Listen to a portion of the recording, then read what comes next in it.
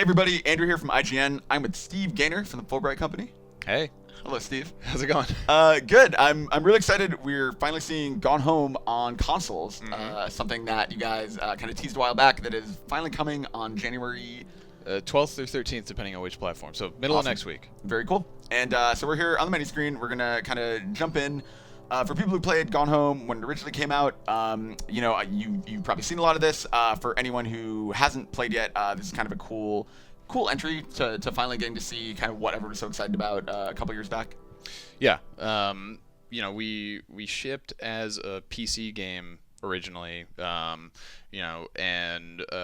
we always, when we shipped on PC, we had full gamepad support. We wanted to be able to say this is a game that you could play on the couch, that you could play on a console. It's been kind of a long road getting to the point where we have the version on console that we wanted it to be.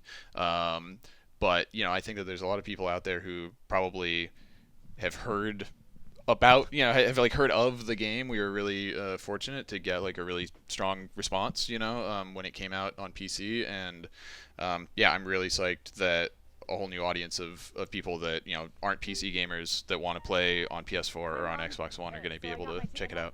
Totally, it's that funny thing where like I went into this game knowing nothing about it when it came to PC, and I kind of liked it that way.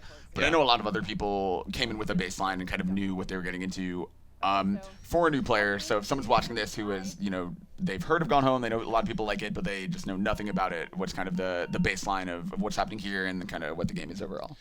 So Gone Home is what we call a story exploration game. The game it's a non-combat first-person game. It's something that you could now compare to something like Everybody's Gone to the Rapture or Dear Esther or Firewatch that's coming out soon. There's this I guess kind of new genre of first-person story games that are about just like being in a world, finding the details in the world, discovering the story of what happened here. And so in Gone Home, you play as Caitlin Greenbrier. You're coming back from a year abroad to the house that your family has moved into while you were away, and it takes place in 1995. So I guess more than 20 years ago now. There's a good amount of exposition on that. So what you do in the game is explore the Greenbrier family's house, find notes, find recordings, find artifacts basically that tell the story of what happened to them and what happened to your younger sister while you were away. Our interactive goals with the game are to make it as interactive of like an exploration simulation kind of as we can, because I love games that let you explore an environment and kind of tell the story of what's there. But so many games, I think, you can't really touch. You can look but not touch. You know what I mean? And we wanted to make a game that's really about how, if you're in this house, we want to let you behave like you're an investigator, like you're an explorer in this house. So like, you can pick up anything and you can examine it and see details of anything in the house that you want to pick up and look at. If there's a lamp or a light switch, you can turn it on and off. If there's a cabinet, you can open it. There isn't any of like fake drawers that's like, that's not a real drawer, that's a real drawer. We wanted to say you have the interactive tools to really explore every detail of this place and come to your own conclusions. And it's that nice thing where like you're not distracting from something else while doing that. It's not like Half-Life where I felt like almost weird or guilty for like, oh, I should be doing this thing, but I really want to look at this container of whatever, Right. Yeah, and I love the BioShock games. I worked on the BioShock series for a number of years. Obviously we were heavily inspired by the audio diaries in that game, and the general like kind of interactive paradigm of really being immersed in this game world. But I think that there's something that's saying all you do in the game is explore and find details and find what happened and kind of connect with these events that happened in the past. There isn't shooting, there isn't looking for ammo or whatever. You are completely focused on just that role that you're playing as an investigator that allows you to really invest in that interactivity of like, this is the only like useful note. This is the only like detailed note in this drawer. Yeah. But it's my job as the player to say like, well, is there anything in here? No, that's all junk. What about down here? No, there's nothing useful in here. Oh, but there's this little detail in the corner. And I'm rewarded as a player for really looking at every aspect of this experience, and hopefully as a designer we're able to reward people for like paying attention, investing themselves, not just glossing over the environment, but really like digging into every aspect of it. Yeah, and it is a reward after a while. That's the nice thing. It's like I guess like even in like Fallout, that's how I'll play it, right? To like look around and try and find like, oh, if I look at every corner, maybe I'll find that extra bit of ammo or whatever I'm looking for. And here it's actually, the more you look, the more you're helping yourself discover more of the environment. Like you Right. can find keys, you can find passwords, you can find all kinds of interesting things that will get you into other parts of the house, which is kind of cool.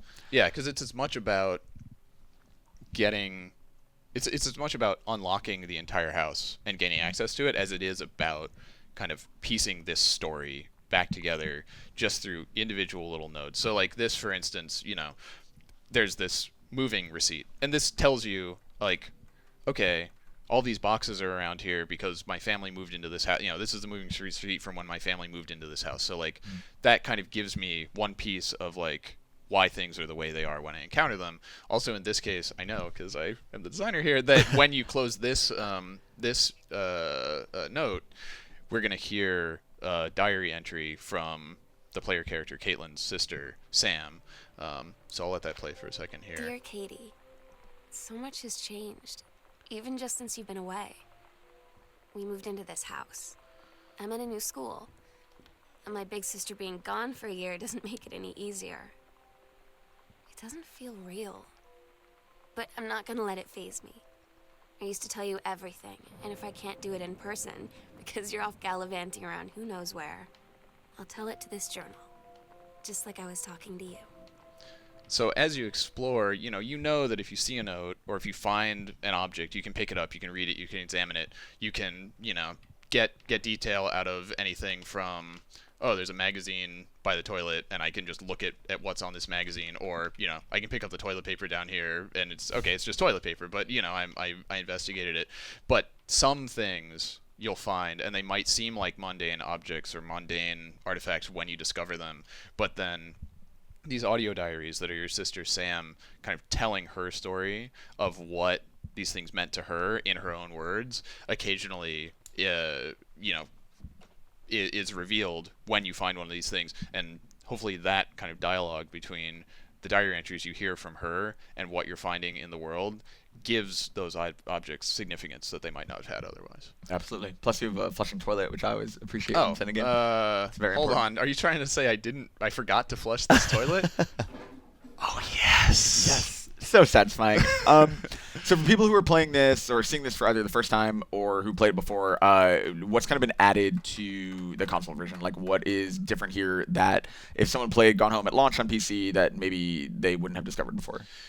Well, so, I mean, a couple of things, I guess. So, first and foremost, it was kind of our mission to just make the console version of Gone Home the very best version of the PC game that we could. Like, we felt like Gone Home was a very complete experience.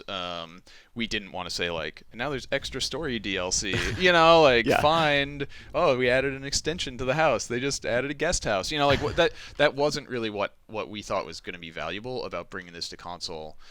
We just wanted to make sure that the console version was the very, very best possible version of the game that we could put on these platforms. So, like, to that end, a lot of our work was just done to get the game looking and running as good as it could on these platforms. We upgraded the engine to Unity 5.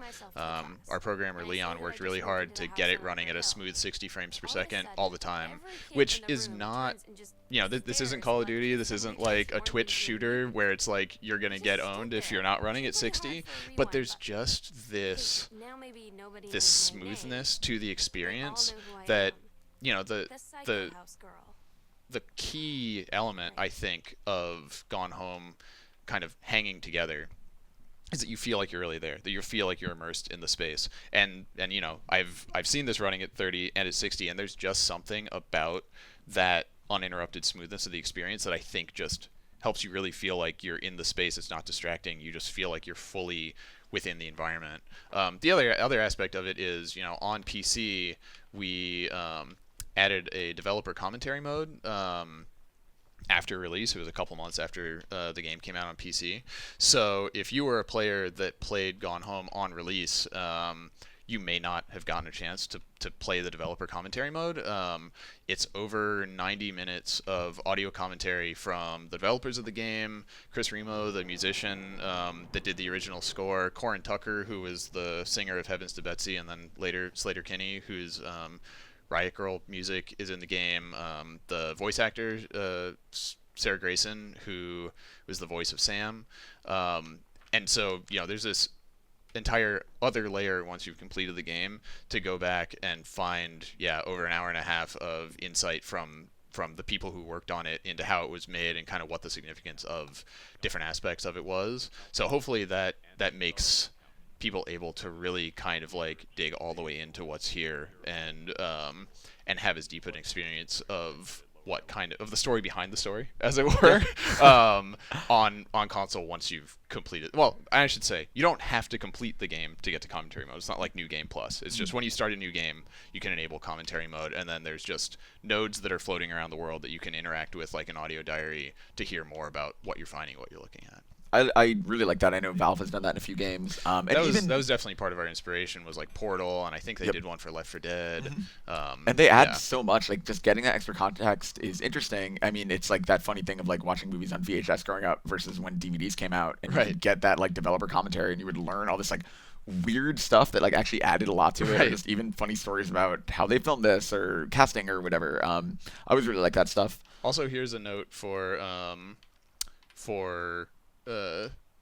people who are interested in how games get made. It turns out if you want to keep your age rating down, don't swear too much in your commentary mode, because when you're watching a DVD commentary, it says like this content is unrated, bonus content not rated. It doesn't affect whether it gets a PG-13 or an R or whatever.